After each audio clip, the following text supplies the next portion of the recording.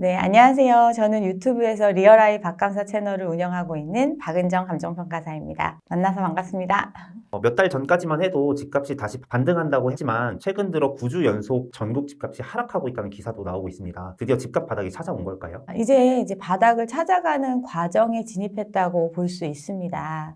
사실은 이제 22년도 하반기부터 해서 거래량이 줄어들고 가격이 하락하는 모습이 나타났었는데 23년 초반에 이제 정책 자금이 풀리면서 일부 수요가 유입이 되면서 좀 잠깐 거래량이 살아나면서 다시 가격이 소폭 반등하는 모습이 나타났었는데 그 정책 자금의 영향이 끝나고 또 고금리의 상황이 계속되는 이제 그런 상황이 되다 보니까 더 이상 이제 수요가 이어지지 않고 그러면서 다시 이제 가격이 조정되는 현상이 벌어지기 시작을 했고 이게 이제 결과로 나타나고 있는 수치로 나타나고 있는 지금 그런 형태라고 볼 수 있는데 기본적으로 이제 거래가 살아나지 않는 시장이라는 게 가장 큰 문제고 지금 보여지는 거래량을 보면 22년도 하반기에 왔었던 그런 거래의 어떤 종말 상태 그 정도까지 실종을 넘어선 거래 절벽 상태가 꽤나 이제 오래 지속이 됐었는데 그때 보였던 거래량 수준으로 지금 거래가 떨어지고 있고 이 얘기는 현재 좀 가격이 조정된 상태에서도 이 가격을 수요해 줄 수 있는 수요가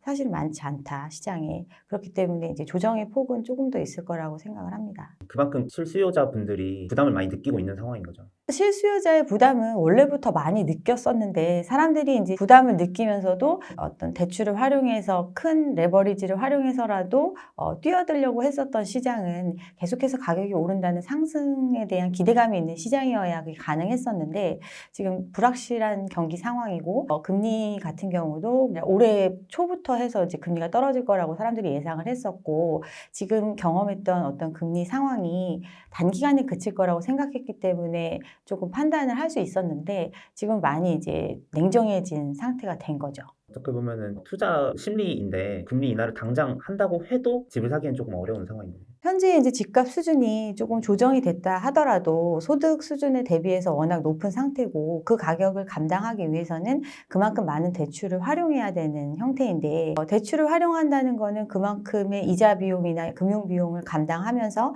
그게 나중에 가격이 올라서 상쇄될 수 있을 거다라는 그런 확실한 믿음이 있어야 감행을 하는 건데 이제 지금은 내가 대출 이자는 실질적으로 부담을 하는데 당장 뭐 2, 3년 후에 그 이자를 상쇄하고도 남을 만큼 많은 이익이 있을 거다라는 보장이 없는 상태이기 때문에 조금 더 신중하게 생각들을 하시는 것 같습니다. 집값이 이제 장기간 하락하고 있지만 서울 경기권에 여전히 평당 1억이 넘는 고분양가 아파트들이 많이 있습니다. 집값이 비싸다고 말씀하시는 분들이 많은데 현재 가격이 적정 집값이라고 생각하시나요? 집값의 과열기에 상승을 조금 더 자극할 수 있었던 요소가 바로 분양가라고 볼 수 있어요. 기본적으로 이제 시세가 많이 오른다고 하는데 가격이 올라가는 만큼 사실 그 시장에 참여해 줄 수 있는 수요는 줄어들 수밖에 없거든요. 누구나 돈을 많이 갖고 있는 게 아니기 때문에 가격이 올라가면 올라갈수록 참여할 수 있는 수요가 떨어지고 그렇게 되면 거래가 줄어드는데도 불구하고 시장에서 우리가 과열기에 경험했던 거는 거래가 없어도 가격은 오른다 이런 얘기들을 했었어요. 근데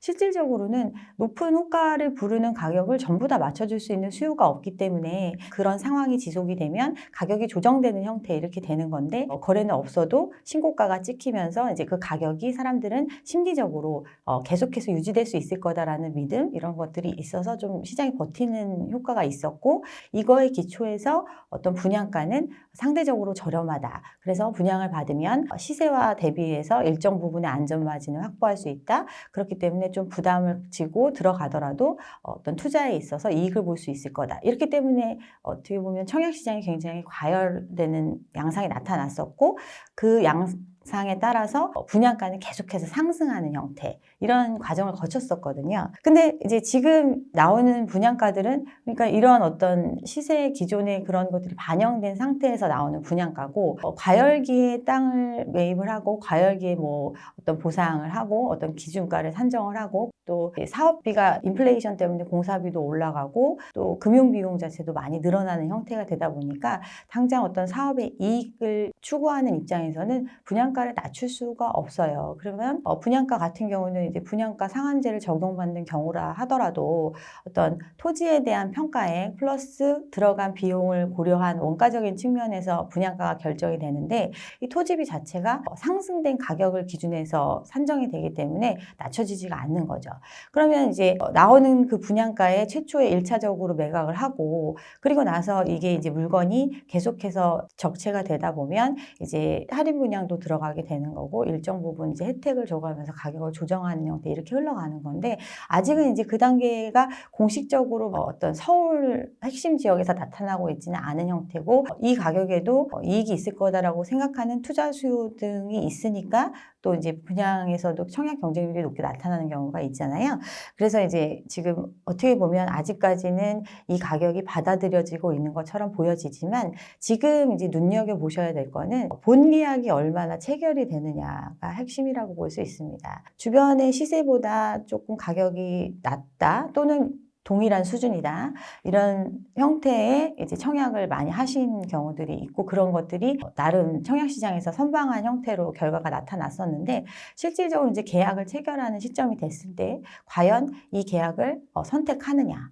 실제 본 계약으로 이어지느냐 이게 관건이라고 볼 수 있는데 지금 올해에도 청약 경쟁률 수십 대 1을 보였고 100대 1 뭐 이렇게 됐던 단지들조차 미계약 물량들이 많이 나오고 있고 1차, 2차, 3차를 거쳐서 줍줍이라는 형태로 무순위 청약을 진행했는데도 다 팔리지가 않고 있는 거거든요. 이런 상황이 장기화되고 또 이게 결국은 이 사업을 시행하는 주체들 또한 대출을 활용해서 이 사업을 끌어가고 있는 PF 사업이라고 하죠. 그렇게 가고 있는 형태이기 때문에 이 금융 비용에 대한 이자 부담이 굉장히 커요. 그래서 어떻게든 이제 자금을 회수하는 방법은 분양을 맞춰야 되는 거고 그렇게 되면 일정 부분 조정으로 갈 수밖에 없다. 이제 그런 과정이 지방에서는 이미 이제 이뤄지고 있는 그런 상황이라고 보시면 될 것 같습니다. 적정 집값을 이제 평가사님께서 판단하실 때 중요하게 생각하시는 요소 혹은 지표가 있을까요? 일단 집이라는 거는 우리가 지금 너무나 이제 투자의 개념으로 많이들 바라보시다 보니까 지금과 같은 상황이 됐는데 기본적으로는 사람들이 살아가기 위한 필수재라고 볼 수 있어요. 그러면 어떤 물건을 필수적으로 수요를 해줘야 되는 시장인데 그러면 이 물건을 사주는 사람들이 누구냐? 집이라는 거는 뭐 기업이 막 사주는 게 아니잖아요. 아니면 외국인이 와서 사주는 것도 아니고 결국은 우리 가게가 사줘야 되는 물건이고 그렇다면 이 물건을 소비할 수 있는 가게의 어떤 경제적인 수준 이게 가장 중요한 밑바탕이 돼야 되거든요. 거기에 이 사람들이 감당할 수 있는 규모의 대출을 활용해서 이 집을 매입할 수 있느냐 이런 걸 봤을 때는 현재는 아직도 집값 수준이 높다라고 판단을 하는 거고 또 우리가 과열기를 겪으면서 굉장히 어떻게 보면 지금 부르는 집값 고점 대비해서 뭐 30% 빠졌다 40% 빠졌다 이야기를 하지만 지금 말하는 가격 수준까지 올라온 게 불과 5년도 안 된 얘기거든요. 그 얘기는 이 5년 사이에 우리가 엄청난 뭐 소득이 2배가 됐다든가 아니면 빚을 2배 이상 감당할 수 있는 그런 정도로 어떤 빚 부담이 줄었거나 이런 상황은 아니기 때문에 조정의 폭이 상당 부분 있을 수 있고 그런 걸 고려하면 아직은 이제 시작 단계라고 저는 생각을 합니다. 어떤 이런 과열의 조짐이 시작되기 전의 상태 그 수준에서 약간 높은 정도 그 정도가 이제 적정 수준이라고 생각을 하고 그게 이제 2017년도 정도를 제가 말씀드리고 있습니다. DSR이라는 거를 도입을 최근 들어 했잖아요. 이게 결국은 어떤 생활에 영향을 주지 않으면서 감당할 수 있는 최대의 부채 규모라고 생각을 하시면 돼요. 그게 이제 40% 정도인데 그럼 1,000만 원을 버는 사람은 한 400만 원 정도를 이자 비용으로 또는 원금을 갚는 용도로 감당할 수 있는 수준. 이 정도가 돼야 사람들이 이 집을 끝까지 유지하면서 갈 수 있는 이런 형태인데 지금 집값이 2배 가까이 올랐는데 그 사이에 빚이 2배 가까이 늘었어요. 가계부채 규모가 1,000조가 됐을 때도 우리 경제에 부담이 된다고 했었었는데 이제 2,000조 가까이 되는 상황이 됐을 때에 형성된 지금 집값 수준이거든요. 그리고 이 집값을 지탱해주는 자금으로 끌어들인 사람들이 그때 돈을 빌릴 때는 지금보다는 훨씬 더 쉬운 조건으로 돈을 빌릴 수가 있었어요. 뭐 소득을 고려하지 않고 어떤 분양가나 집값 수준이 있으면 그거에 대비해서 빌려줄 빌려줄 수 있는 금액의 최대 한도를 빌려서 집을 샀다면 이제 앞으로 이 집을 다시 사줄 사람의 경우는 자신의 소득을 고려한 형태 한도 내에서밖에 대출을 못 받는단 말이에요. 그러면 기존에 5억을 대출받았던 사람이 어떤 소득 수준이나 이런 걸 고려하면 3억 정도밖에 대출을 못 받게 되고, 그러면 그만큼의 갭이 생기고 그 갭을 그럼 소득이나 다른 어떤 자산의 축적을 통해서 메꿀 수 있어줘야 되는데 그럴 수 없는 환경이기 때문에 어려운 상황으로 가지 않을까 이렇게 생각을 합니다. 네. 수요와 공급에 대해서도 말씀을 해주셨는데 최근에 우리나라 합계 출산율이 0.7% 혹은 또 그 아래로까지도 전망하고 있는 상황인데 급격한 인구 감소가 예상되는 상황에 부동산 가격에 어떤 영향을 미칠까요? 일단은 집이라는 게 결국은 누가 살아줘야 의미가 있는 거고, 결국 이 집은 활용할 수 있는 사람의 수요가 있어야 되는데 그 절대적인 수요 자체가 줄어드는 시기에 도래를 했다. 그러면 과거에 이제 집이 부족하다 막 이렇게 얘기할 때는 주택 보급률도 떨어지고 실질적으로 어떤 인구 대비해서 사람들이 선호하는 집의 주거의 형태가 많이 보급되지 않은 형태다 보니까 집값 상승이 어떤 경제 성장률과 맞물리고 이런 소득의 상승과 맞물리고 이러다 보니까 상승할 수 있는 여지가 있었다면, 지금 현재의 상황은 이제 저출산이 고착화되고 실질적으로 19년도부터는 절대적인 인구의 감소로 가고 있는 추세고, 이 추세를 반등시키기 위해서는 출산율이 높아져야 되는데 오히려 출산율은 떨어지고 있는 형태거든요. 그러면 결국은 지금 집을 살고 있는 사람들 또는 갖고 있는 사람들의 집을 계속해서 신규 수요가 와서 채워줘야 되는데 그런 수요 자체가 줄어들고 있는 상황이기 때문에 과거와 똑같은 어떤 그런 다시 회복되는 모습을 보여지기에는 이제 구조 자체가 많이 바뀌고 있는 거죠. 그리고 또 인구가 이제 줄어들고 출산율도 떨어지고 가구의 형태도 많이 바뀌고 있잖아요. 그럼 이제 1인 가구가 서울 같은 경우도 40%가 넘어가고 전국적으로 보더라도 1인 가구의 비중이 높아지고 있는 형태인데, 1인 가구 같은 경우는 일부 소득이 높은 경우도 있지만 대부분은 저소득층이 1인 가구인 경우가 많아요. 거주 형태는 월세 형태로 원룸이나 이런 데 많이 거주를 하고 아파트를 사는 걸 엄두 낼 수 있는 수준이 아닌 경제력을 가지고 있는 사람들이 과연 가구 수만 늘어난다고 해서 아파트 수요로 들어와서 내 집을 내가 산 것보다 더 비싸게 사줄 것인가, 이런 부분에 대해서 조금 냉정하게 생각해 볼 필요가 있다고 생각을 합니다. 네. 1차원적인 생각이긴 한데 한 10년, 20년 뒤에는 인구가 많이 줄어서 빈집도 생기는 경우가 생길까요? 현재도 빈집이 많이 늘어나고 있는 추세고요. 지금 어느 정도 인구가 줄어들고 있는 건지를 생각을 해보면 작년에 신생아 수가 25만 명이 안 됐고 이제 23만 명 수준 뭐 이렇게 간다고 얘기를 하잖아요. 근데 저 때만 해도 40만 명 이상이었거든요. 그러니까 이 줄어드는 폭이나 어떤 속도가 굉장히 빠른 거예요. 그래서 지금 수능 보는 인구들도 띠동갑 정도 수준으로 따져봐도 기존에 뭐 30만 명 봤다면 이제 뭐 앞으로 몇 년 후에는 20만 명대, 그러면 결국 지금 있는 대학 정원도 다 채워주지 못하는 수준까지 떨어지는 이런 상황이 불과 몇 년 안 남았거든요.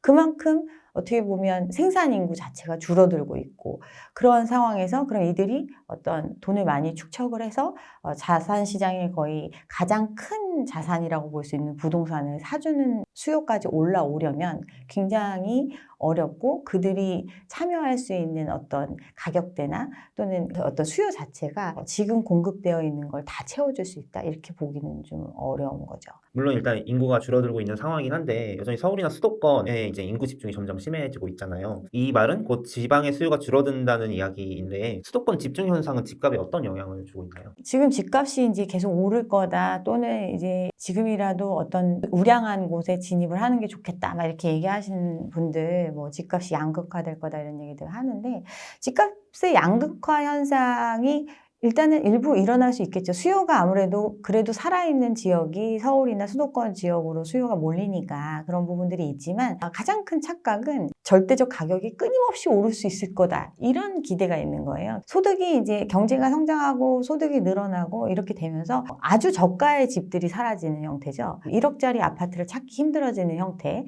이런 식으로 이제 하방 지지선 자체가 살짝 올라갈 수 있는 이런 부분들이 있는데, 상방으로 올라간 것들은 미래에 대한 어떤 기대 가치들이 선반영돼 가지고 가격이 많이 형성이 되어 있었던 건데 지금 그 성장에 대해서 의심이 되는 상황이 됐고, 그렇다면 과연 그만큼 그만큼의 어떤 나중에 미래의 소득을 기대해서 이 가격을 주고 살 것인가 이런 부분에 대해서는 이제 판단이 들어가니까 지금 좀 가격이 좀 주춤하고 있는 게 아닐까 이렇게 생각을 합니다. 정부에서 작년 초에 특례 보금자리론에 이어서 이번에 신생아 특례 대출 그리고 청년 주택 드림 청약 통장 등을 내놓았습니다. 두 상품 모두 1, 2%의 저금리로 많은 관심을 모으고 있고 최근에 서버까지 터졌다고 해요. 이런 정책들로 인해 집값이 다시 오르진 않을까요? 일단은 작년에 특례 보금자리론 같은 경우는 정부가 정말 경착륙을 막기 위한 조치에서 올인을 했다고 볼 수 있습니다. 정책 자금이라는 게 기본적으로 사회적인 어떤 저소득 층에서도 주택을 마련할 수 있는 그런 자금을 지원해주는 역할을 하는 공적 자금의 역할을 하는 그런 거였는데 작년에 풀린 거는 일반형 형태로 많이 풀렸잖아요. 즉 집이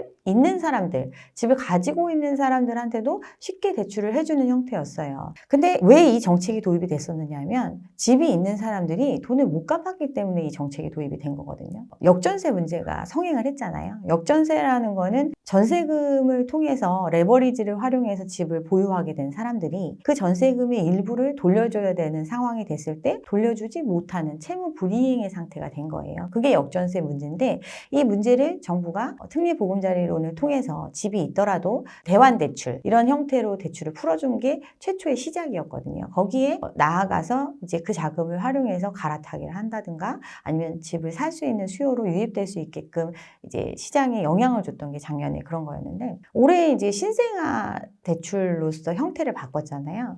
신생아 대출이라는 거는 조건이 달라요. 그러니까 기존의 특례 보금자리론 같은 경우는 주택이 있건 없건 집을 살 수 있는 사람들, 사고자 하는 사람들이 참여할 수 있는 상품이었다면 이거는 애가 있어야 되는 상품이거든요. 굉장히 다른 얘기잖아요. 그러면 그만큼 한정된 수요가 들어오는 자금인데 이 자금에 이제 서버가 터질 정도로 관심을 보였던 이유는 굉장히 저리잖아요. 그러면 이 자금을 활용할 수 있는 주체가 누구였을까를 생각을 해보면 기존의 특례 보금자리론을 활용했다거나 아니면은 신혼부부 특별공급 을 통해서 특별 대출 상품을 활용했다거나 이런 금리보다 더 싸니까 갈아타는 대환 또 전세 자금에 대한 대출 부분도 저리로 해주는 이 자금까지 포함된 금액이기 때문에 아이를 자기의 어떤 현 상황에서 아이가 있어서 이 자금을 활용할 수 있는 대상이 되는 사람들은 당연히 관심을 가질 수밖에 없고 그들이 이제 몰리다 보니까 인기가 있는 형태로 보여지지만 이게 전반적인 시장에 영향을 줄 수 있다? 그러기는 어렵다는 거죠. 그런 부분에서 조금 집값이 작년에 이 정책이 나올 거라고 했을 때는 이 자금이 또 풀리기 시작하면 시장이 다시 반등할 거다 이런 얘기들을 많이 하셨었는데 지금은 조금 다 회의적으로 이야기하는 이유가 이런 부분에 있고 또 어떤 공적 주택 자금 마련을 위한 지원되는 자금들 자체가 한정돼 있어요. 예산은 한정돼 있잖아요. 지금 세수도 엄청나게 줄어들고 있는 상태인데 모기지 관련해서 보금자리론의 규모가 그래서 이번에 70% 정도 예산이 줄었잖아요. 그럼 결국은 시장에 풀리는 자금은 더 줄어드는 형태. 그러니까 실질적으로 주택을 수요하려고 들여오는 사람들이 활용할 수 있는 자금 자체는 오히려 과거와 다르다. 이렇게 보면 이게 엄청난 반향을 주기는 어렵다고 저는 개인적으로 생각을 합니다. 대상이 아무래도 젊은 세대다 보니까 지금까지 많은 가계부채를 젊은 세대에게 떠넘기는 거 아니냐는 비판도 있는데 그건 어떻게 보시나요? 기본적으로 이제 청년들을 대상으로 이런 이제 저리의 대출을 해주는 건데 부동산 특히 아파트 이런 집을 살려고 하는 기본적인 참여자는 자본이 있어야 돼요. 이게 100% 대출만으로 집을 살 수가 없는데 청년층 같은 경우는 이런 기초 자본을 형성하기가 굉장히 어려워요. 사회에 진출한 지 얼마 안 됐고 자본 축적의 시간이 짧기 때문에 결국에는 이들이 참여할 수 있는 주택의 어떤 형태가 달라지는 모습이 되겠죠. 아파트나 이제 지금 갈아타기를 하거나 30, 40대 기성세대들이 갖고 있는 집을 수요해 주기에는 너무 이제 단계가 조금 다르다고 저는 보여집니다. 그래서 지금 부채를 넘기려고 하는 것도 있는 거죠. 결국은 지금의 기성세대들이 이 빚을 기존에 어떻게 보면 자기 소득과 상관없이 빌려간 빚을 안고 나중에 집값이 오르면 그 빚을 청산하고 이익을 볼 수 있는 구조이기 때문에 계속 끌고 가고 있는 상태인데 그걸 버티지 못하는 사람들의 물건을 받아주기 위해서 새로운 수요인 이제 청년 세대들한테 대출을 통해서 들어오라고 하는 거니까 빚을 전가시키는 형태가 맞긴 하지만 이번만 그렇게 하는 게 아니라 계속 이 주택시장이 돌아갔던 형태가 그런 거죠. 이게 새로운 수요가 참여하지 않으면 기존 수요가 현금화해서 다른 데로 또 다시 이동할 수 있는 자금을 마련할 수가 없거든요. 대부분의 새로운 주택 구입을 하게 될 때 자금 마련원은 기존 주택의 처분을 통해서 마련을 하는 거기 때문에 순환되는 구조이기 때문에 새로운 수요가 들어오게 하는 건 맞는데 이미 이게 과열기에 다 들어온 형태고 지금은 또 이미 들어온 수요도 사실은 지금 감당을 못해서 영끌들이 지금 고통받고 있는 이런 상황에서 이들을 더 모집하는 형태가 되다 보니까 좀 비판을 받는 것 같습니다. 여러모로 현재 집값이 더 하락할 것으로 예상하고 계시는데 만약에 지금 상황에서 집값이 반등하려면 어떤 조건이 필요할까요? 일단은 집값이 상승을 하려면 적정 가격 수준 이하로 떨어져야 상승을 하겠죠. 사람들이 이익이 있을 거다라는 기대감이 있어야 상승을 하는데 그 적정 가격까지 도달하기 전에 어느 정도 투자 수요가 몰리면서 그 전 단계에서 다시 반등이 일어날 수도 있어요. 그렇게 하려면 자금의 마련이 쉬워져야 되는 상황이 돼야 되는데 그리고 경기가 좋아질 거다라는 믿음이 있어야 되는데 기본적인 거시경제 상황이 지금 좋지 않은 상태이고 자금 마련 부분에 있어서도 순환이 안 되고 있는 상태에서 새로 어떻게 들어오려면 이제 금리가 좀 낮아지는 모습이 나타나야 되는데 금리 같은 경우는 우리가 지금 금리를 내리고 싶다고 해서 내릴 수 있는 게 아니거든요. 금리라는 게 결국은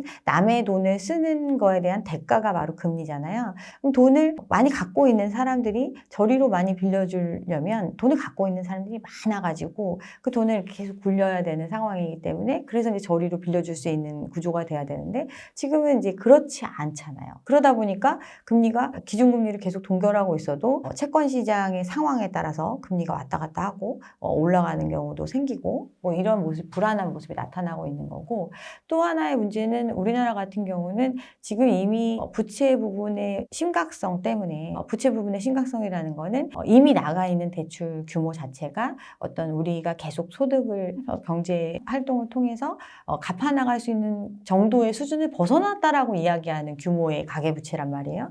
그런 상황에서 금리를 조금 낮췄다가 어떤 집값 상승에 대한 기대 때문에 투자나 투기 수요가 몰리고 그런 자금 수요 때문에 더 가계부채가 늘어난다. 그렇게 되면 전체적인 어떤 국가의 신용적인 부분에 영향을 주고 그런 부분이 나중에 어떤 자금을 조달하는데 더 높은 금리를 줘야 되는 상황이 되고 이게 영향을 주면 다시 또 이제 금리가 올라가는 형태가 되고 이렇게 다 맞물려 있는 거거든요. 그래서 집값이 반등하려면 이런 구조가 조금 해소가 돼야 되는데 빚을 빚으로 연명하고 있는 상태에서 과연 이게 줄어들 수 있을 것인가? 그러면 더 늘리면 안 되기 때문에 금리를 함부로 낮추는 선택도 할 수가 없고 또 금리를 낮추면서 어떤 경기를 부양해야 되는 상황이 오면 이 얘기는 거시경제 상황이 완전히 망가졌다는 걸 의미하는데 그러면 사실은 그 틀 안에서 집값 같은 경우도 영향을 받을 수밖에 없거든요.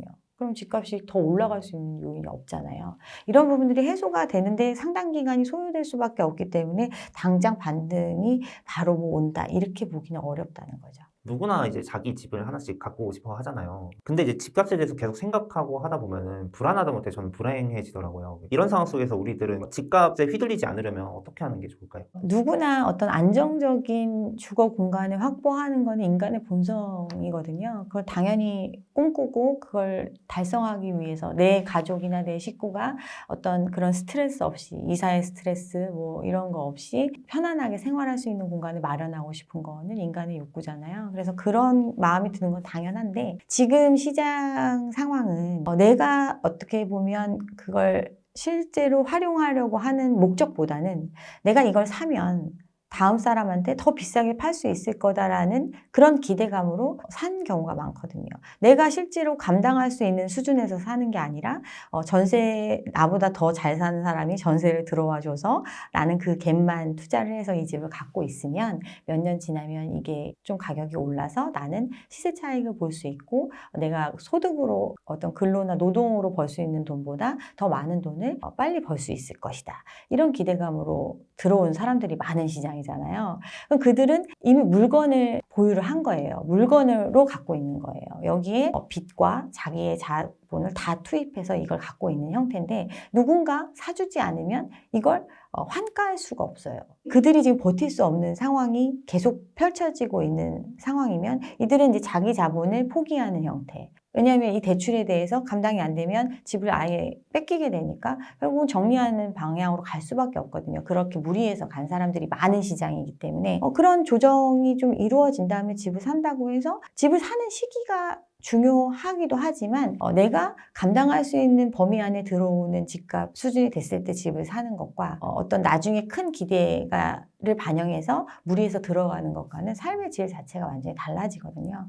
그래서 항상 관망하라고 말씀을 드리는 거고, 집이라는 건 굉장히 무거운 자산이겠고 또 어떤 세금적인 부분도 많은 작용을, 수익률에 많은 영향을 주거든요. 그렇기 때문에 단기간 보유해서 팔아서 시세 차익을 뭐 몇 억이 오르면 내가 금방 몇 억을 벌 수 있을 거다 이렇게 생각을 하지만 실질적으로는 그렇게 움직이기 어려운 시장이기 때문에 너무 이렇게 부담을 갖고 집을 당장 사야겠다 이런 마음을 버렸으면 좋겠어요. 어차피 주식하고 또 다른 게 다 개별적인 상품이거든요.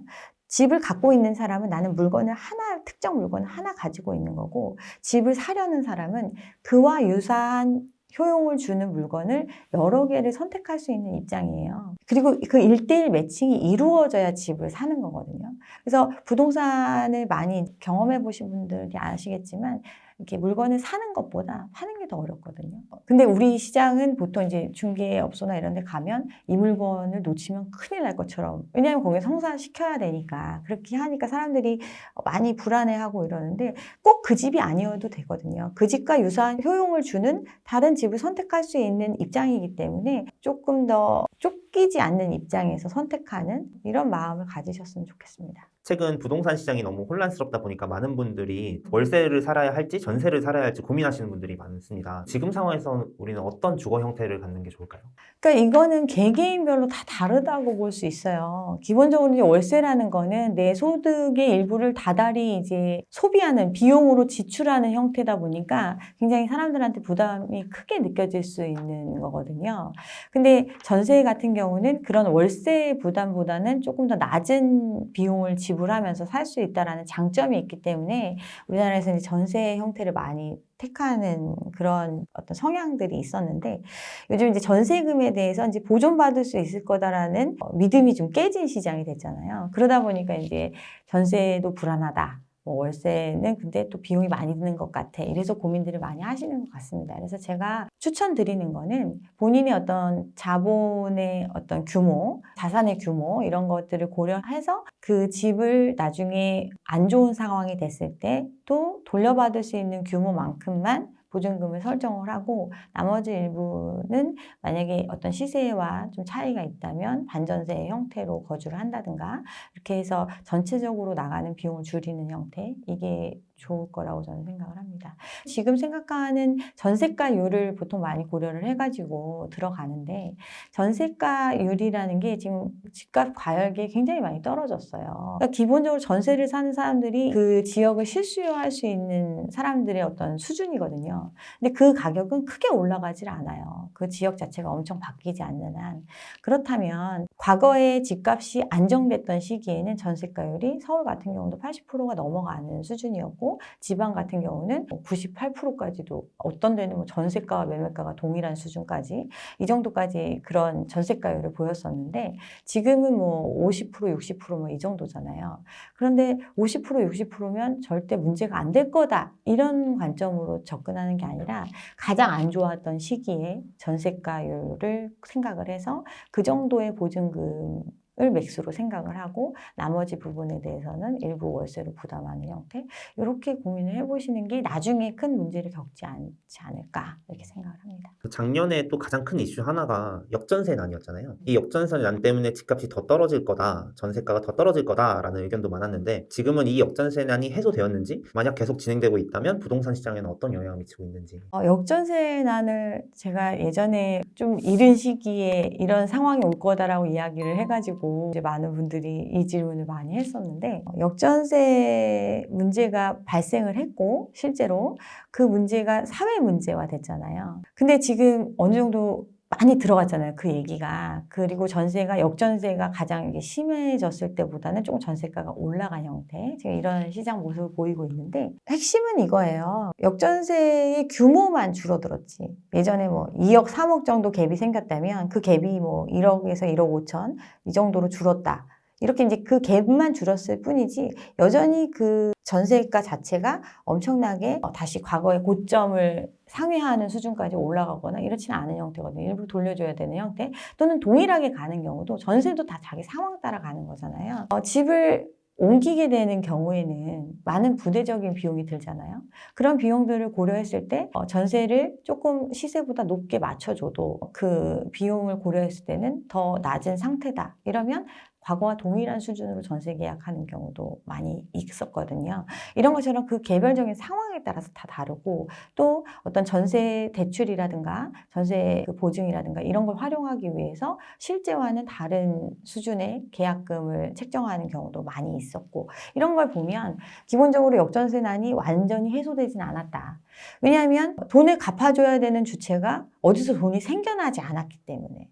지금의 상황은 정책 자금을 통해서 대환대출을 해주고 역전세난 문제가 심해졌을 때 2년 정도를 연장시켜준 것과 똑같아요. 그러면 이 집을 갖고 있는 사람이 과연 이 전세 기간이 끝났을 때 그럼 이 갭만큼을 마련해 놓을 수 있느냐? 아니거든요. 전세를 놓는 사람들은 또 전세를 놔서 이 자금을 돌릴 뿐이지 여기에 내가 추가적으로 빵꾸난 금액을 막 메꿔줄 수 있는 구조가 아니다 보니까 이 문제는 아직 해결된 게 아니죠. 그런데 부동산 시장의 화랑을 타고 사실은 주택 공급이 굉장히 많아졌고 신축의 공급이 많았는데 신축의 집들의 잔금을 치르고 이런 부분들을 전세금으로 많이 대체를 했단 말이에요. 그러니까 전세에 대한 공급 물량이 많아진 거예요, 시장에.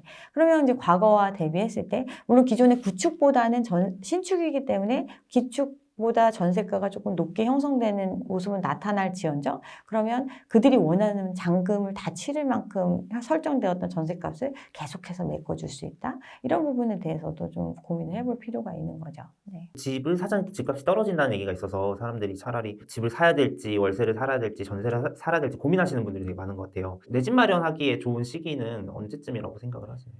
그러니까 일단 사람들이 월세를 살자니 아깝다고 생각하는 거는 기본적으로 이제 주거 비용을 다달이 지출하는 거에 대한 부담감이 큰 거예요. 그런데 보통의 어떤 우리가 최저임금이 200만 원 정도 되고 보통 직장 생활을 하면 뭐 300에서 뭐 400 사이 받으실 건데 그들이 감당할 수 있는 어떤 월세로 감당할 수 있는 최대치가 그 정도 수준인 거예요.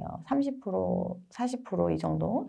그게 이제 100만 원대고 그 얘기는 절대적으로 금액이 작은 집들은 뭐 5만 원 올려주는 거, 10만 원 올려주는 거 이렇게 지금 유지가 되면서 저가의 주택들이 월세의 가격이 좀 상승하는 형태로 나타났는데 그렇다고 해서 월세값이 천정부지로 오를 수가 없는 게 기본적으로 소득 활동을 통해서 다달이 계속해서 매달 소득이 발생을 해야 월세를 지불할 수 있잖아요. 그런 부분들이 있기 때문에 그 한계가 있어요. 그래서 아무리 좋은 집들도 법인이 자기 명의로 법인되어 있는 분들이 뭐 비용을 쓰기 위해서 뭐 월세 1,000만 원짜리 계약하고 뭐 이런 경우는 있을 수 있지만 통상적인 시장에서는 그런 월세를 보이지가 않고 그렇기 때문에 고가의 아파트들의 월세 형태도 보면 반전세의 형태가 많은 거고 이런 것들 다 있는 거거든요. 그만큼 기본적인 자금을 축적한 사람들이 반전세 보증금을 지불할 수 있고 그들이 감당하는 수준은 거의 비슷하게 가는 거예요.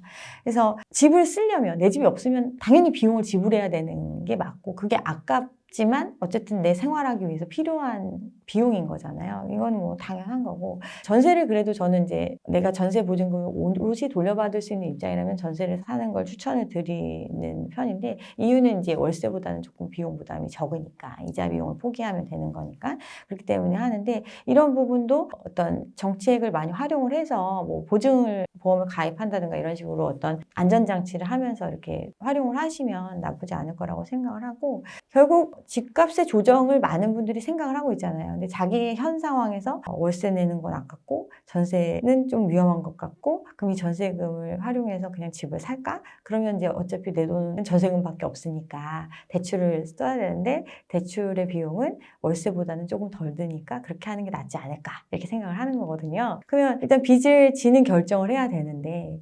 보통 지금 젊은 분들이 생각하는 규모가 어느 정도인지 잘 모르겠어요. 근데 뭐 한 3억 정도를 빌린다고 생각을 한다고 하면 1년의 이자 비용이나 어떤 자기 감당한 비용만큼씩 매년 올라갈 거라는 확실한 믿음이 있어야 되겠죠. 안 그러면 그냥 계속 월세 내는 것과 똑같은 거니까. 은행에 월세 내는 거랑 똑같은 거거든요. 이런 것들을 좀 따져봐야 되겠죠. 근데 지금은 어떻게 보면 조정받을 수 있는 그런 여지가 많이 있는 시장에서 일단 내가 물건을 사면 그 다음에는 다시 나는 이제 세일해야 되는 매도자의 입장에 서야 되는 거거든요. 그럼 매도가 될 때까지 어쨌든 계속해서 비용이 나가는 거거든요.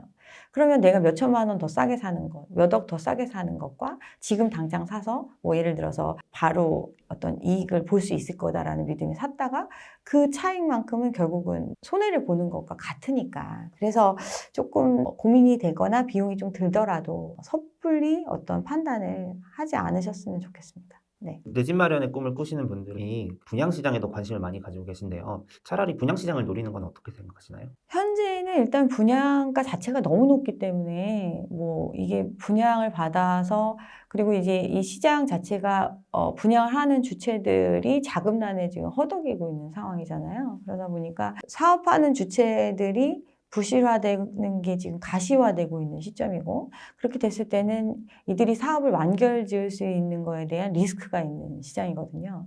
그러면 분양을 받는 순간 그 리스크를 수분양자가 지게 되는 거고 아무 문제가 없이 잘 마무리가 되면 좋겠지만 미래의 상황이다 보니까 그런 것들에 대한 좀 고민을 좀 하셨으면 좋겠어요. 무조건 그러니까 분양을 받는 게 나쁘다 이런 게 아니라 분양을 받았을 때 내가 자금을 과연 다 조달할 수 있을 것인가.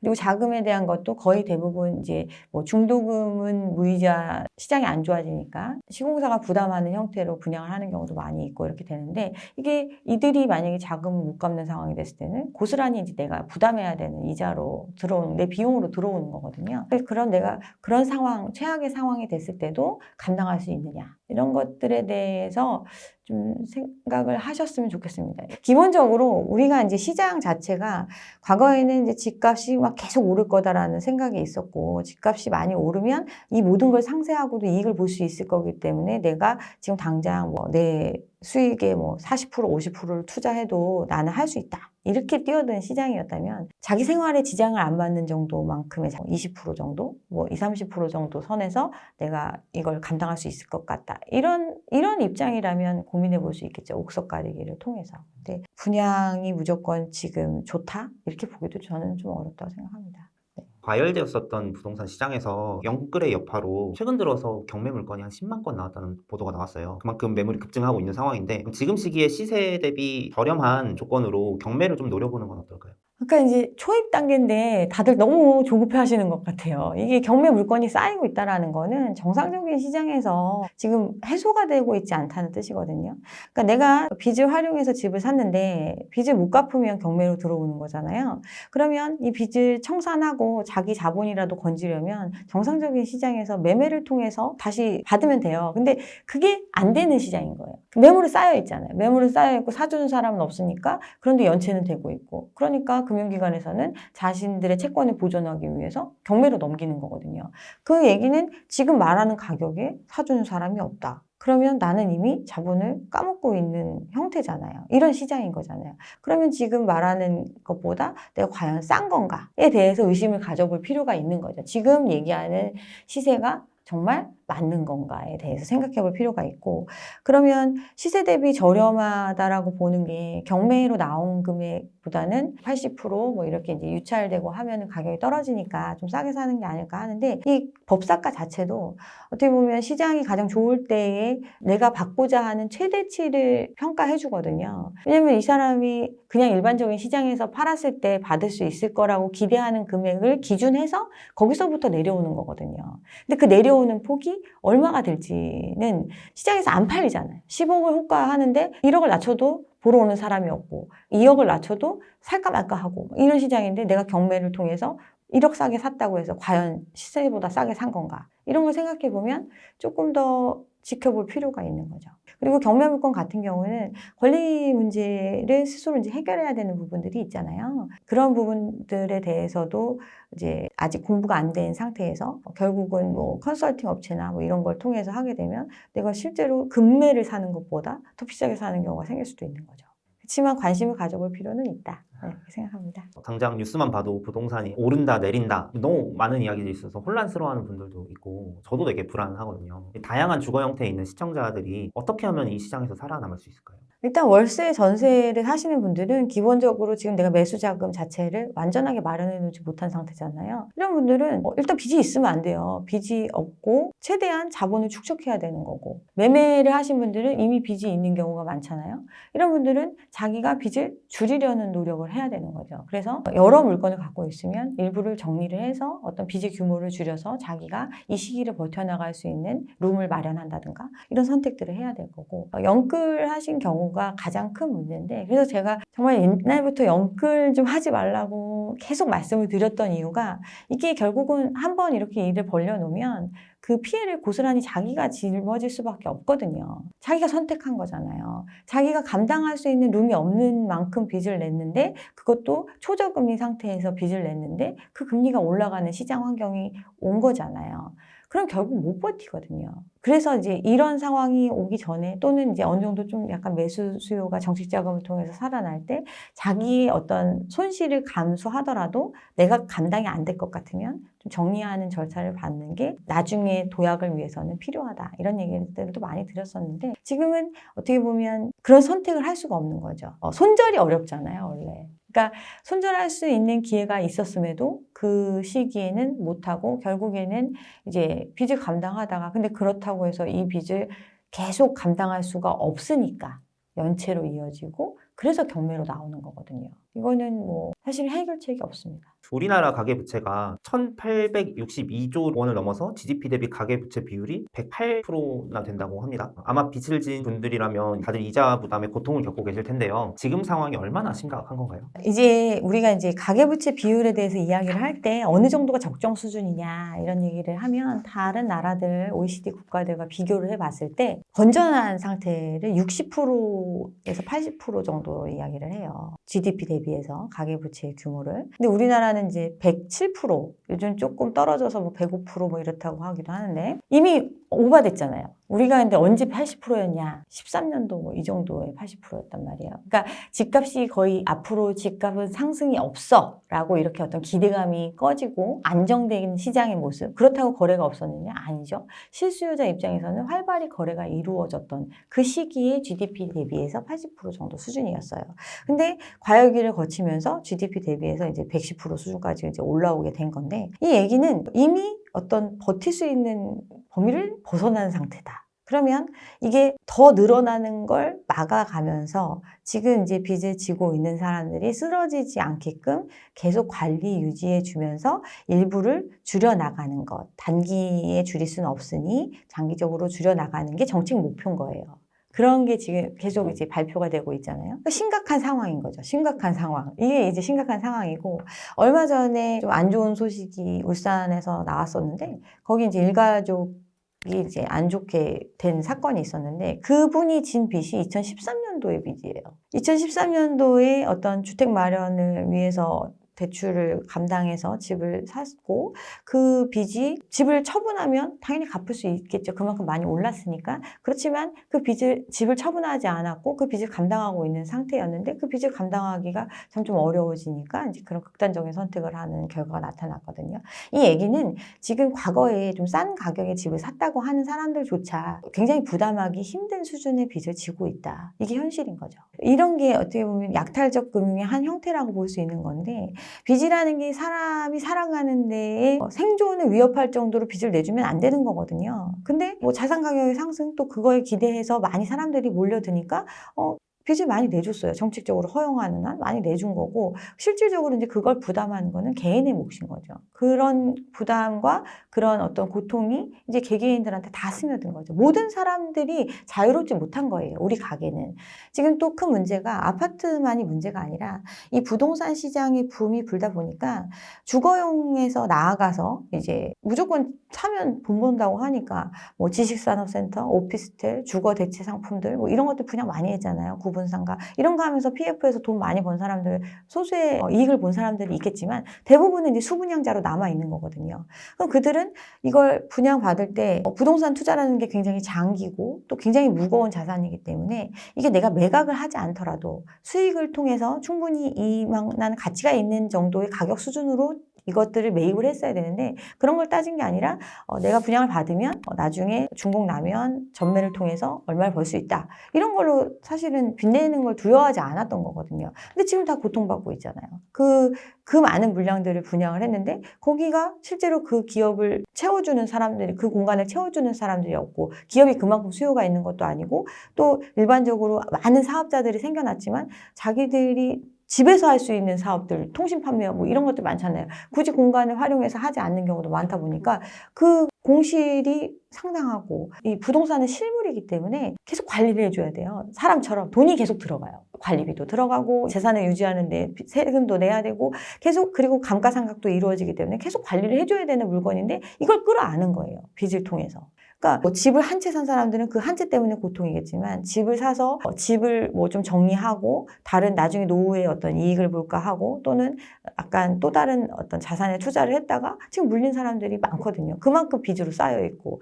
그러니까 이게 그래서 심각한 거죠. 부동산 관련된 대출들의 문제가 결국은 시장의 어떤 활성화 또 어떤 경제 성장을 어떤 부동산 경기를 통해서 이루려고 했던 이런 정책들의 어떤 후폭풍이 지금 다 오고 있다고 볼 수 있습니다. 높은 가계부채 이유가 물론 생계형 부채들뿐만 아니라 영끌 그리고 또 갭 투자 등의 부동산을 투자 수단으로 여긴 것도 한몫하잖아요. 앞으로도 부동산을 투자 수단으로 계속 볼 수 있을까요? 물론 부동산도 자산이기 때문에 당연히 투자의 대상이 되죠. 그런데 이제 기본적으로 이 거품이 많이 끼어 있는 시장에서는 그만큼 기대할 수 있는 이익 자체가 줄어들기 때문에 이제 그런 시장을 맞이한 것 뿐이지 이 사이클상의 어느 정도 적정 가격 수준이나 그리고 또 수익은 이만큼 주는데 매매가는 낮다. 그러면 그만큼 이익을 볼 수 있는 구조잖아요. 그런 시장이 되면 투자의 대상이 될 수 있겠죠. 일례로 지금 이제 오피스텔 같은 경우 요즘 굉장히 가격이 많이 떨어졌잖아요. 1인 가구 늘어나고 말씀하신 것처럼 월세를 감당하는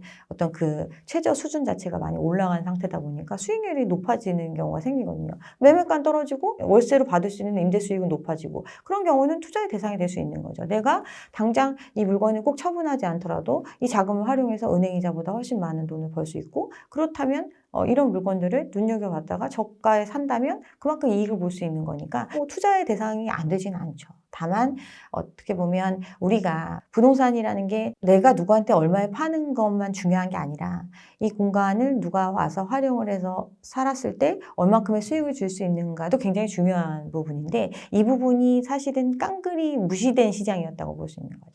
그래서 조금 어떤 조정이 되고 나면 이런 부분들을 고려한다면 충분히 매력적인 투자 대상이라고 생각을 합니다.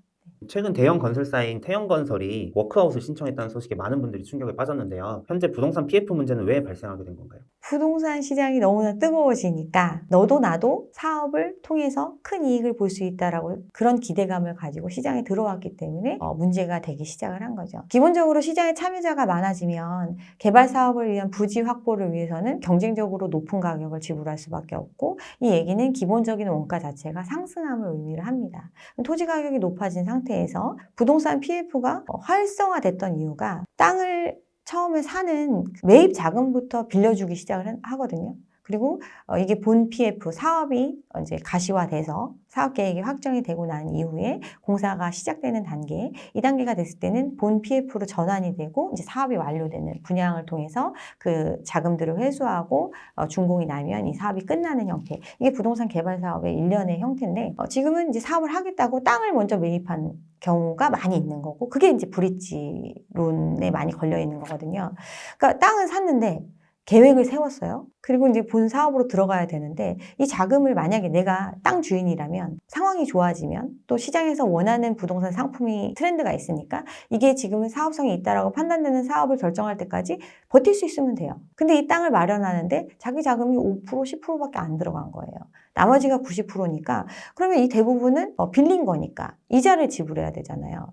그런데 내가 본 PF로 넘어가면 이걸 모든 사업을 통해서 들어가는 돈을 1금융권을 통해서 조금은 저리로 조달할 수 있고 그렇게 되면은 이 사업을 계속 끌어갈 수 있을 거다 이렇게 생각을 하기 때문에 가는데 그 전까지는 잠깐은 누군가 빌려줘야 되잖아요. 그래서 이제 고금리로 2금융권들이 많이 이걸 빌려줬거든요. 그 금리 보면은 뭐 10%, 20% 이렇게 빌려줬단 말이에요. 뭐 몇 개월 쓰는데 그렇게 빌려주고 그래서 막 관련자들이 뭐 에쿼티 투자에 뭐 일부 자본을 자기들끼리 아름아름 넣고 뭐 이래서 뭐 돈을 많이 벌었다 뭐 이런 얘기도 있고 그만큼 어떻게 보면 모럴 해저드가 만연했던 근데 이 사업이 끝까지 가는 거에 관심이 없어요. 본 PF로 넘어가기만 하면 이 브릿지는 끝나는 거니까 잠깐 동안만 빌려줘서 고수익을 추구할 수 있는 시장이었어요. 그리고 본피로의 전환이 쉬웠단 말이에요. 왜냐하면 시장에 자금이 많으니까 누가 이제 사업을 정말 확정지어서 갖고 오면 돈 빌려주고 시공사가 보증 서주고 다 하니까 이거는 사업 진행될 수 있으니까 금융기관에서 돈 빌려준단 말이에요. 그러면 이제 사업으로 갖고 분양도 잘 돼. 시장에서 사람들이 막 사줘. 그러니까 이제 갈 수 있었던 건데 지금 그게 막힌 거예요. 다 끊긴 거예요. 그러면 브릿지라는 게 잠깐 단기간에 빌려준 다음에 본 PF로 넘어가면서 이 원금을 다 갚아주는 형태인데 이게 안 되고 연장되고 그럼 돈이 묶이는 거죠. 여기 빌려준 금융기관들은. 그런데 대부분 대출을 받았으니까 사업비 자체는 금융비용이 차지하는 포션이 엄청 크거든요.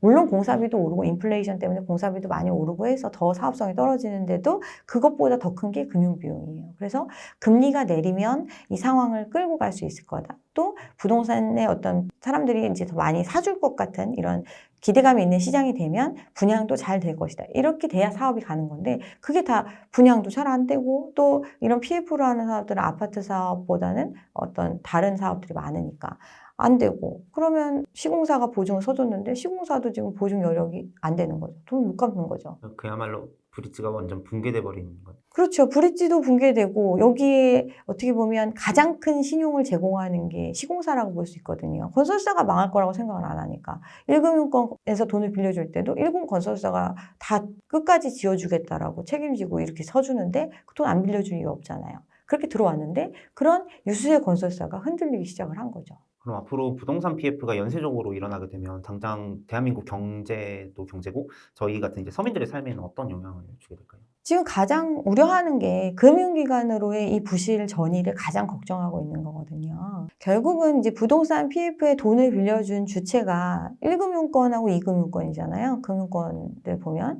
2금융권에서 지금 이 부실을 인식하기 시작하는 단계란 말이에요. 예전에 이제 브릿지론 PF가 문제가 됐을 때 브릿지론이라는 게 이제 단기간에 빌려주는 거니까 뭐 3개월 단위, 6개월 단위, 뭐 2개월 단위 뭐 이런데 1개월씩 끊어서도 그렇고 3개월 정도 기본으로 해서 3번씩 연장을 했단 말이에요. 그렇게 1년을 버틴 거예요. 금리가 낮아질 거라고 생각하고 이 사업이 망가지지 않을 거라고 또는 이제 조금 상황이 바뀌면 누군가 사줄 거다라는 기대감, 조금 버티면 달라질 거다라는 기대감, 그리고 이걸 손실로 인식하는 순간 금융기관은 건전성 자체가 떨어지잖아요. 이만큼의 대손충당금을 쌓아놨어야 되고 그만큼의 손실 처리해야 되는데 그걸 1년을 안 한 거거든요. 근데 이번에 이제 얘기한 게 개개인, 개별 금융기관별로 대처해라. 건전성 관리와 이 부실에 대해서 충분히 충당금을 쌓고 대처해라. 이렇게 얘기가 나온 거거든요. 그 얘기는 이제 어쩔 수 없이 그러면 이제 자기들이 손실을 최소화하는 범위 안에 선택들을 할 수밖에 없는 거고 그 얘기는 여기서 이제 돈을 빌려줄 때 뭐 100억이 필요하다. 그러면 한 기관에서 100억을 다 빌려준 게 아니에요. 대주 중에서도 가장 많이 돈을 빌려준 1순위로 빌려준 업체가 있고 그 후순위, 중순위로 해가지고 그 다음에 저축은행 뭐 이런 회사들이 쭉 들어온 거거든요. 그러면 이걸 지금 100억에 못 팔더라도 50억에만 팔아도 첫 번째 들어온 사람은 돈을 다 건질 수 있어요. 그러면 이런 사람들은 빨리 정리하자고 하겠죠. 그리고 나머지들은 그러면 손실이 확정되는 거죠. 그러니까 그만큼 손실 충당금을 쌓아놓고 이걸 털어낼 수 있으면 아무 문제 없어요. 근데 이런 문제가 한꺼번에 터진다? 그러면 은행은 아니지만 어떤 금융기관들이 그 부담이 상당하게 되고 그렇게 되면 금융기관의 어떤 부실 문제로 내 예금이 불안하다. 그럼 뱅크런 사태가 또 벌어질 수 있는 거고 그게 새마을금고 사태였던 거죠. 남양주에 PF 부실이 확정되고 나니 그 금고에 돈을 맡겨놨다가는 돈을 돌려받지 못할 것이다. 불안감이 커지고 사람들이 돈을 한꺼번에 인출하는 상황이 되고 이런 문제가 한꺼번에 터질 수가 있는 거죠. 그래서 지금 어떻게 보면 정부도 더 이상 미룰 수가 없기 때문에 이걸 이제 지금 와서는 이제 니네가 개별 책임이다. 맞는 얘기긴 하죠. 자기 책임이죠. 그렇지만 그걸 이제 반영해라. 이렇게 얘기를 하게 된 거고 이제 반영하는 게 결과로 나오기 시작하겠죠. 그게 이제 경공매에 들어가는 부분들인데 이제 문제는 공매를 들어가도 낙찰이 안 되는 상황이 이제 지금 벌써부터 발생을 하고 있는 거죠. 얘기하는 금액, 최초에 기대했던 금액, 어떤 땅값 들어간 거, 경쟁적으로 비싸게 사는 땅값, 그리고 앞으로 분양이 잘 될 거라는 굉장히 긍정적인 가정하에 세웠던 사업 계획 자체가 실질적으로 실현 가능성이 낮으니까, 그럼 이런 걸 고려했을 때는 지금 말하는 금액보다 훨씬 낮은 금액이 되지 않으면 누가 사줄 사람이 없는 거죠. 그래서 이제 지금 유찰이 계속 되고 있는 거고, 이게 결국에는 손실로 확정되는 과정이고, 사실은 이게 이제 정리되면서 자연스럽게 지금 이 부분에 정책을 마련하지 못한 회사들은 이제 없어질 수밖에 없는 구조죠.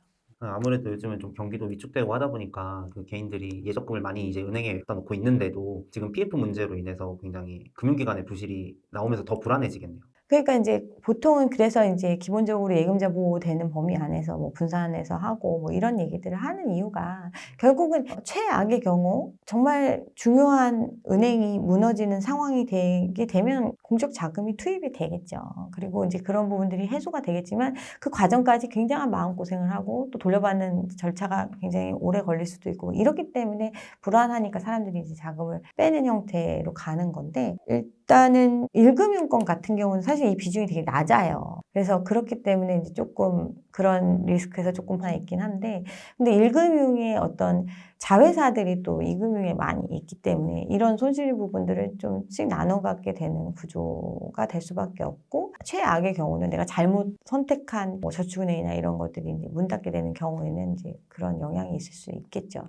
근데 이런 문제가 불거지면 결국은 시장 자체가 굉장히 어려워짐을 뜻하고 그만큼 그러면 부실이 되거나 문제가 되는 기관들은 구조조정의 과정으로 갈 수밖에 없고 그 얘기는 가계의 어떤 직장 부분이 많이 줄어든다는 걸 뜻하는 거거든요. 그만큼 삶에 영향을 줄 수밖에 없는 거죠. 그래서 우리가 과거에 IMF 때도 그랬고 금융위기 때도 그랬고 저축은행 사태, 카드 대란 이런 문제가 있을 때마다 서민의 삶이 팍팍해질 수밖에 없었던 거는 뭐 당연한 결과라고 볼 수 있는 거죠. 그럼 결국엔 지금 이런 사건들의 핵심인 금리가 있잖아요. 그 금리에 대해서도 올려야 할지 내려야 될지 의견이 많이 분분한 상황이고 또 미국 파월 의장 이번 3월에 금리 동결할 거다 뭐 이런 말씀도 하셨는데 앞으로 그럼 금리의 방향성은 어떻게 될까요? 기본적으로 이제 금리 얘기를 하면 이제 미국의 어떤 기준금리 인상 조치와 연동해서 우리나라 금리도 따라갈 수밖에 없는 이런 구조였잖아요. 근데 어떻게 보면 미국이 금리를 굉장히 빠른 속도로 급격하게 올린 형태고 미국에서 판단하기로는 지금 5.5 수준의 기준금리가 제약적인 수준이다. 그래서 어떤 인플레이션을 통제할 수 있는 정도의 어떤 수준을 보이고 있기 때문에 이걸 보고 상황을 보겠다 이렇게 얘기를 했고 이 기조는 인상을 시작했을 때부터 전혀 바뀌지 않았어요. 근데 항상 시장의 기대는 바로 내릴 거야. 금리를 이렇게 지금 사람들이 빚 엄청 많이 지고 자산시장에 이렇게 투자를 많이 해놨는데 계속 이 고금리로 가다가는 다 죽어. 그러면서 은행도 몇 개 없어지고 막 이랬잖아요. 그런 위기가 있고 그게 경제 성장에 영향을 주고 그런 상황이 됐을 때는 계속해서 금리를 올리는 조치는 못하지 않을까? 그러니까 곧 내릴 거야. 그래서 얘기했던 게 피벗이 뭐 작년 뭐 하반기에 온다. 작년 여름 지나면 온다. 막 이런 얘기들을 했었잖아요. 그런 기대감으로 끌어왔던 시장인 거지. 연준의 입장은 사실은 변한 게 없거든요.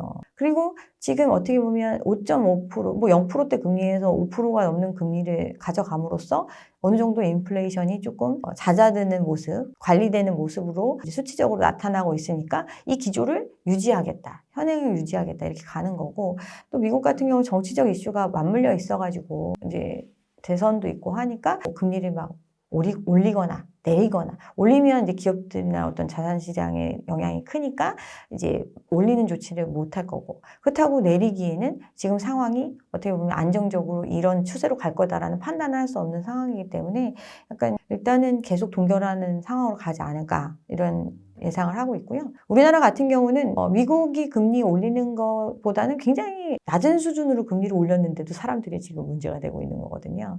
그만큼 부채 문제가 심각하기 때문에 지금 요만큼 올렸는데도 막 연체율이 막 상승을 하고 연끌 하신 분들이나 이런 분들에 대한 얘기들이 나오고 이러고 있는 거기 때문에 동결하는 조치를 할 수밖에 없었는데 지금 한미 기준금리 역전이 2% 정도 차이가 나는데 이 상황이 굉장히 유례 없는 상황이고 굉장히 장기간 지속되고 있거든요. 그러면서 사실 환율적인 부분에도 영향을 주고 있고 그 환율을 안정시키기 위해서 정부가 갖고 있는 여력을 많이 쓰고 있는 형태인데 그럼 이 상황에서 금리를 내린다? 가능할까요? 이제 이런 거죠. 미국, 우리나라보다 훨씬 안전하고 좋은 나라에서 돈값을 잘 쳐주고 이런데 우리는 더 낮게 쳐주면서도 계속 우리나라에 자금이 들어올 수 있을 거다라고 기대하기 어려운 게 일반적인 형태이기 때문에 한미 기준금리의 역전차를 항상 걱정을 하는 거고 그런 부분이 현실로 나타나는 것들이 생기니까 환율을 방어하기 우리나라가 수출이나 이런 부분에 많은 의존하고 있기 때문에 기본적으로 환율이 안정적인 상태로 가지 않으면 기업들이 굉장히 어렵거든요. 그래서 환율을 안정시키기 위해서 어떤 정책들을 하고 있는데 그걸 계속해서 어떤 일시적인 상황을 유지하는 데는 쓸 수 있지만 계속해서 끌고 나갈 수는 없기 때문에 그런 부분들의 해소를 위해서라도 미국이 뭐 금리를 내린다고 해서 우리가 바로 금리를 막 따라서 막 내리거나 이러기도 좀 어렵다는 거죠. 그리고 또 사람들이 아직도 부동산을 통해서 투자를 할 수 있다라는 그런 기대감이 있는 시장에서 지금도 감당 못할 부채 규모가 더 늘어나는 상황을 방치할 것인가. 이런 것들을 고민하면 금리 자체가 엄청난 변동을 주지는 못할 것이다. 그러면 현재대로 그냥 이제 유지하는 형태. 내려봤자 뭐 얼마나 내리겠어요. 저는 이렇게 보고 있습니다. 경기가 안 좋아서 금리를 쉽사리 올리기도 어렵고 내리기도 어려운 이런 상황인데 요즘 사람들이 IMF 때보다 살기 어렵다고 호소하시는 분들이 많이 계세요. 이런 상황에서 개인들이 부동산에 대해서 가져야 될 자세, 조언이 있다거나 혹은 뭔가 지금 불안해하신다면 위로해 주실 것이 있을까요? 제가 가장 안타깝게 생각하는 게 이 부동산 과열기에 결국은 그나마 버틸 수 있었던 중간층마저도 엄청난 빚을 졌다는 데 문제가 있는 거예요. 지금 기본적으로 대출을 뭐 연끌했던 사람들도 소득도 좋고 충분히 벌 수 있는 감당할 수 있는 규모에서 연끌했는데 무슨 소리냐 이런 얘기는 하지만 결국 그들이 그러니까 쉽게 무너지지 않을 수는 있겠지만 그 빚이나 어떤 그 금융 비용을 30년, 40년간 계속 안고 가야 되는 거거든요. 그만큼 삶의 질이 떨어질 수밖에 없는 거죠. 그러니까 지금 어떻게 보면 외부적인 어떤 외환위기가 터진 것도 아니고 어떤 그런 외부적인 충격이 있는 것도 아님에도 사람들이 느끼기에는 그때보다 더 살기 힘든 상황으로 느끼고 있는 거고 물가적인 측면이 아직도 불안한 상태거든요. 물가가 안정이 되려면 결국에는 수입 물가도 내려가야 되고 여러 가지 어떤 기존의 코로나 때문에 망가진 어떤 공급망이 회복이 되고 예전처럼 쉽게 이렇게 물건이 오갈 수 있는 이런 구조로 공급적인 측면이 해소가 돼야 되는데 약간 세계 정세가 그렇지가 않잖아요. 예전처럼 뭐 이렇게 다 같이 잘 지내보자 이런 게 아니라 자기 나라와 자국의 이익, 신냉전 시대처럼 이렇게 되다 보니까 공급적인 측면이 쉽게 해소가 안 되고 그러니까 수요를 누르면서 인플레를 조정하는 형태로 가고 있는 거거든요. 이런 어떤 상황적인 측면으로 봤을 때는 그래서 어떤 위기가 있는 건 아니지만 오히려 더 삶은 팍팍하게 느끼는 게 아닐까. 이런 상황에서 개인이 가져야 되는 건 지금 내가 어떤 걸 투자해서 엄청난 이익을 봐야겠다. 이런 생각보다는 생존의 부분에서 생각을 해야 된다고 생각해요. 그러면 갖고 있는 빚을 최대한 줄이고 자기가 버텨낼 수 있는 룸을 마련해 놓는 것. 그래야 어떤 기회도 얻을 수 있는 게 아닌가 이렇게 생각을 합니다.